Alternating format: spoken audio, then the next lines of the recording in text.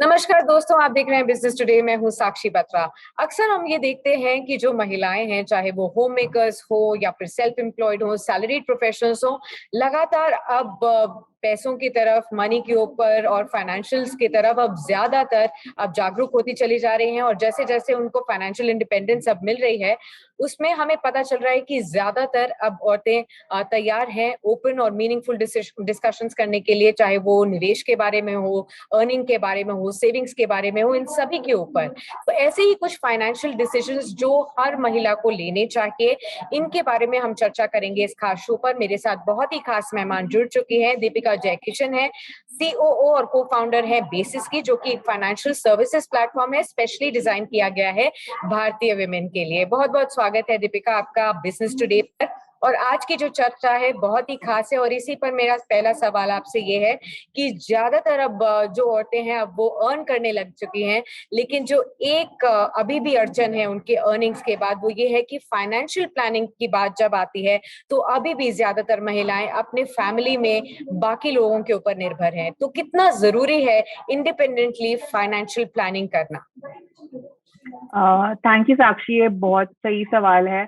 I think हर महिला, weather आपने जैसे बोला होम मेकर हो या वर्किंग वुमेन हो, हम सबको अपने फाइनेंशियल प्लानिंग थोड़ी तो शुरू करनी चाहिए। जैसे आपने बोला, काफी मतलब अरसों से ये पैसे हम किसी फैमिली मेंबर को देते हैं हैंडल करने के लिए। वो हमारे बिहाफ पे एफडी खोलते हैं, स्टॉक्स में निवेश करते हैं, जो भी डिसीजन मेकिंग है हम किसी और पे निर्भर होते हैं मोस्टली। बट ये चेंज हो रहा है और चेंज होना चाहिए, क्योंकि जो भी हमें पिछले 2 साल में देखा है कोविड की शुरू होने से, अभी तो काफी चीजें बेटर हो गई हैं टचवुड। बट तभी हम जहाँ पे बेसिस पे हमें इतने सवाल आते थे कि मेरे हस्बैंड के पास हेल्थ इंश्योरेंस पॉलिसी है, वो एडमिटेड है, लाइक ये पिछले साल डेल्टा वेव में हुआ, वो एडमिटेड है, मुझे पता नहीं है कि मैं पॉलिसी एक्सेस कैसे करूं, मैं किसको कॉल करूं।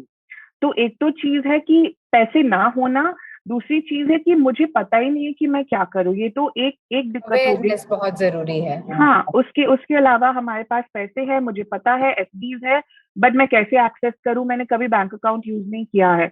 And that's obviously not a good thing, right? तो हर महिला को एक तो पता होना चाहिए, अवेयरनेस होनी चाहिए।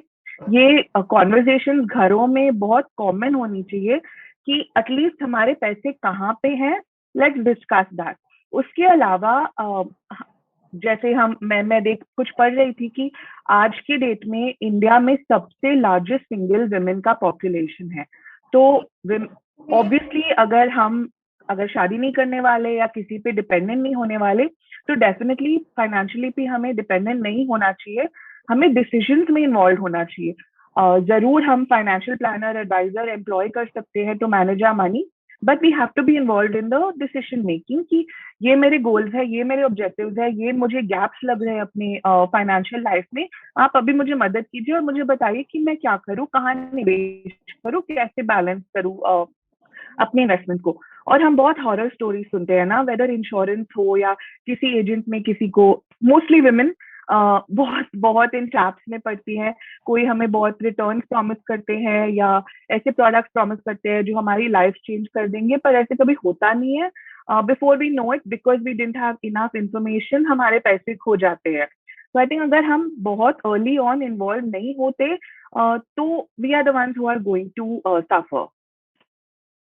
बिल्कुल, आपने बिल्कुल ठीक कहा यहाँ पर कि सबसे पहले तो ये जरूरी है कि अगर आप पैसा कमाते हैं या फिर अगर आप घर में रहते हैं, तो पैसों के बारे में जो डिस्कशंस हैं वो उसमें आप भाग लीजिए। और खास तौर पर जो भी आपके पास फाइनेंशियल प्लानिंग की जब भी आप अप्रोच करते हैं फैमिली में, तो आप उसमें अच्छा खासा हिस्सेदारी रखिए। लेकिन मैं आपसे एक और सवाल पूछना चाह रही थी कि अगर हम आदमियों और औरतों की बात करें, तो क्या दोनों का तरीका फाइनेंशियल प्लानिंग को अप्रोच करने का अलग होता है या उनके लिए अलग तरीके से प्लानिंग की जाती है? ये अलग होती नहीं है इतना ऑफन, बट होनी चाहिए। जैसे अगर हम हमारी बात करें, राइट, ऐसे हो सकता है कि हमारे करियर में ऐसा टाइम हो कि हम 6 महीने या 1 साल करियर ब्रेक लेते हैं प्रेगनेंसी की वजह से। ऐसा हो सकता है कि कोई फैमिली मेंबर बीमार हो, उनको संभालने के लिए हम करियर ब्रेक लेते हैं, या फैमिली इज मूविंग कंट्रीज, तो विमेन यूजुअली फिर अपना जॉब छोड़ती है, थोड़ा ब्रेक लेती हैं, फिर they come back into the workforce. इसके अलावा अगर हम अपने घरों में देखें, हमारी ग्रैंड मदर्स, वो चांसेस है कि वो हमारे ग्रैंडफादर से ज्यादा जीती हैं, 5 से 10 साल उनकी लाइफ स्पैन ज्यादा होती है, जो हमारे साथ भी होने वाला है। और हम बहुत फाइनेंशियली अनप्रिपेयर्ड होते हैं इन सिनेरियोज के लिए। अगर हम इन्वेस्टमेंट और निवेश के एंगल से देखें, तो औरतें, लेडीज ज्यादा रिटर्न्स के बारे में बात नहीं करती। हमें बहुत क्लैरिटी होती है कि ये मेरा पैसा है, ये 5 साल बाद मेरे बच्चे का हायर एजुकेशन आने वाला है, मुझे उसके लिए निवेश करना है। या मेरे पास ये 5 लाख रुपए है, ये मुझे 15 साल के लिए लगाने हैं किसी प्रोडक्ट में जो ज्यादा रिस्की ना हो और मुझे अच्छी रिटर्न दे, मुझे इतनी रिटर्न्स की परवाह नहीं है। But if we talk to men, तो उनका लैंग्वेज ही रिटर्न्स का होता है, बिल्कुल। किसी भी प्रोडक्ट का। तो हमारा approach, risk taking capacity, financial goals काफी अलग होते हैं और उनके लिए प्लानिंग भी अलग से करनी चाहिए। बिल्कुल, आपने सही कहा। और जैसे अभी आपने बताया कि महिलाओं को ज्यादा करियर ब्रेक्स लेने पड़ते हैं, उनकी लाइफ एक्सपेक्टेंसी भी ज्यादा होती है, तो क्या ऐसे में उनके लिए इमरजेंसी फंड्स भी ज्यादा जरूरी हो जाते हैं और उनको ज्यादा पैसे रखने की जरूरत होती है आदमियों से ज्यादा? ये हो सकता है साक्षी। ऑब्वियसली अगर हम ब्रेक ले रहे हैं, तो अगर हमको ब्रेक कभी एक्सटेंड करना हो, मैटरनिटी में जैसे बहुत होता है ना, कंपनी की तरफ से जी। 6 मंथ ब्रेक मिलता है, बट देन विमेन को 9 मंथ लेना है, 1 साल लेना है। अगर हमने ये इमरजेंसी फंड या पीस ऑफ माइंड फंड नहीं रखा है, तो ये काफी दिक्कत हो जाती है, मजबूरी में जी, हमें वापस जाना पड़ता है वर्कफोर्स में ना। बिल्कुल। और ये काफी सिंपल होता है, लाइक अगर मैं 21 to 25 ईयर्स की हूँ, तो मैं 3 months worth of my expensive emergency fund में रख सकती हूँ। अगर मैं 25 to 30 ईयर्स की हूँ, शायद मेरी शादी हो चुकी है, कुछ रिस्पॉन्सिबिलिटी हो, मैं 6 months वर्थ ऑफ एक्सपेंसिव अलग से रख सकती हूँ इमरजेंसी फंड में। And as my age and stage progressive, तो मुझे ज्यादा पैसे रखनी चाहिए इमरजेंसी फंड में, क्योंकि रिस्पॉन्सिबिलिटीज ज्यादा हो सकती है, इंश्योरेंस प्रीमियम पेमेंट्स हो सकते हैं, होम लोन ईएमआई हो सकती है, काफी फाइनेंशियल रिस्पॉन्सिबिलिटी हो सकती है, जिसके लिए मुझे प्रेपरेशन करनी पड़ेगी वो बिल्कुल। ब्रेक के दौरान। ये मुश्किल नहीं है, बिल्कुल मुश्किल नहीं है। इनफैक्ट ये इमरजेंसी फंड या पीस ऑफ माइंड फंड सबसे आसान चीज होती है, और सबसे पहली चीज होती है जिसे हमें प्लेस में लगाना चाहिए। उसके बाद आप सोचो कि कौन से स्टॉक लूं, कौन से म्यूचुअल फंड लूं। ये पहली चीज एब्सोल्युटली। आप अपने लिए कीजिए। एब्सोल्युटली, आपने सही तरीके से बता दिया है कि पहले स्टेप वाइज आपको कैसे आगे बढ़ना है अगर आप फाइनेंशियल प्लानिंग कर रहे हैं। इंश्योरेंस जरूरी होती है आपके लिए, किस तरीके से आपको आगे बढ़ना चाहिए इमरजेंसी फंड्स को क्रिएट करने के लिए, और उसके बाद ही आपके निवेश की बातें आती हैं। अब जब मैं निवेश की बात कर रही हूँ, तो अक्सर हम देखते हैं कि महिलाओं का प्रेफरेंस गोल्ड की तरफ ज्यादा जाता है। वो सोचते हैं कि गोल्ड में निवेश करने से उनके पास अच्छा खासा एक निवेश का पोर्टफोलियो है। तो मैं आपसे जानना चाहती हूँ कि गोल्ड जिस तरीके से हम औरतें लेती हैं, खरीदारी करती हैं गोल्ड ज्वेलरी की, क्या उसे निवेश की कैटेगरी में रखा भी जाता है या नहीं? ये अच्छा सवाल है साक्षी। यहाँ पे बहुत कंफ्यूजन होता है गोल्ड के बारे में बात करें तो। एक तो जो गोल्ड हम पहनते हैं, जो हम यूज करते हैं, जिसे हम कंजम्पशन गोल्ड बोलते हैं, वो हमें इन्वेस्टमेंट के एंगल से देखना है चाहिए नहीं चाहिए, क्योंकि हम ये कभी नहीं बेचेंगे। जो हम्म। भी हो, हमारे लाइक इयररिंग्स हो या चेन हो या जो भी हम पहनते हैं, हम कभी नहीं बेचने वाले। तो इसको तो आप इन्वेस्टमेंट मत मानो, ये हमारा कंजम्पशन का प्रोडक्ट है। मगर अगर हम इन्वेस्टमेंट के हिसाब से गोल्ड को देखें, तो हमारा 5% से 10% तक इन्वेस्टमेंट गोल्ड में होना चाहिए। और काफी ऑप्शंस है अभी गोल्ड में निवेश करने के लिए। हम हम्म। गोल्ड एक्सचेंज ट्रेडेड फंड्स कर सकते हैं, हम गोल्ड म्यूचुअल फंड्स कर सकते हैं, डिजिटल गोल्ड में इन्वेस्ट कर सकते हैं। गवर्नमेंट की तरफ से बहुत अच्छा ऑप्शन है सॉवरेन गोल्ड बॉन्ड, जो हर महीने खुलते हैं निवेश के लिए। हम सॉवरेन गोल्ड बॉन्ड्स में निवेश कर सकते हैं, उस पर इंटरेस्ट भी मिलता है सालाना। तो ये काफी ऑप्शंस खुल गए हैं, बट हमें गोल्ड में ओवर इन्वेस्ट नहीं करना चाहिए। गोल्ड ऐसा इन्वेस्टमेंट है जब काफी चीजें लाइक गंभीर हो जाए, बाहर बाकी इन्वेस्टमेंट्स अच्छे नहीं कर रहे हो, तभी गोल्ड अच्छा करता है। But when everything else is going well, gold का रिटर्न मतलब इतना अमेजिंग नहीं होता। तो हमें सोच समझ के इसमें निवेश करना चाहिए।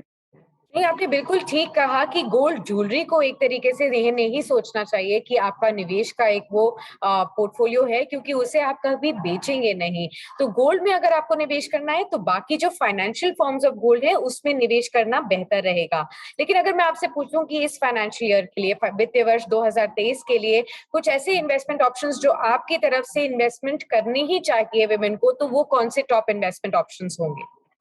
आई थिंक ये एक तो हम अभी तक अप्रैल में है, ये तो बेस्ट टाइम है स्टार्ट करने का।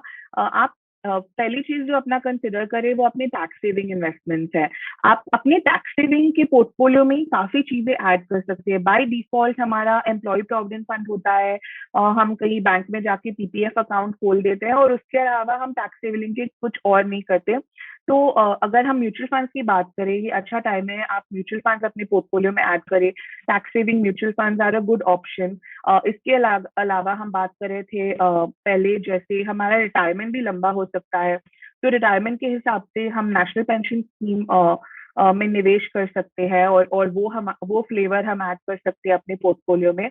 और एक चीज जो विमेन को जरूरी अपने पोर्टफोलियो में रखनी चाहिए वो है correct insurance policy. Health insurance हो सकता है आपके एम्प्लॉयर की तरफ से आपके पास हो, बट ये बेस्ट टाइम है कि आप अपना एक हेल्थ इंश्योरेंस लीजिए, क्योंकि चांसेस है कि मर्दों से ज्यादा औरतों का हॉस्पिटलाइजेशन होता है लाइफ टाइम में। उसके अलावा अगर आपके ऊपर होम लोन हो या कोई और फाइनेंशियल रिस्पॉन्सिबिलिटी हो तो लाइफ इंश्योरेंस बहुत जरूरी है। अपने लिए एक टर्म इंश्योरेंस पॉलिसी लीजिए, don't wait till end of the year. दूसरी प्रॉब्लम हो जाती है अगर हम ये न्यू फाइनेंशियल ईयर का देखें तो सब लोग दिसंबर में जागते हैं कि अभी मैं क्या करूं, और जो भी इजी चीज है वो हम जो सामने होती है हम वो उठा लेते हैं इन्वेस्टमेंट के Absolutely. हिसाब से। But don't do that. हम अभी काफी टाइम है, 11 महीने है, आप प्लान करके निवेश कर सकते हो।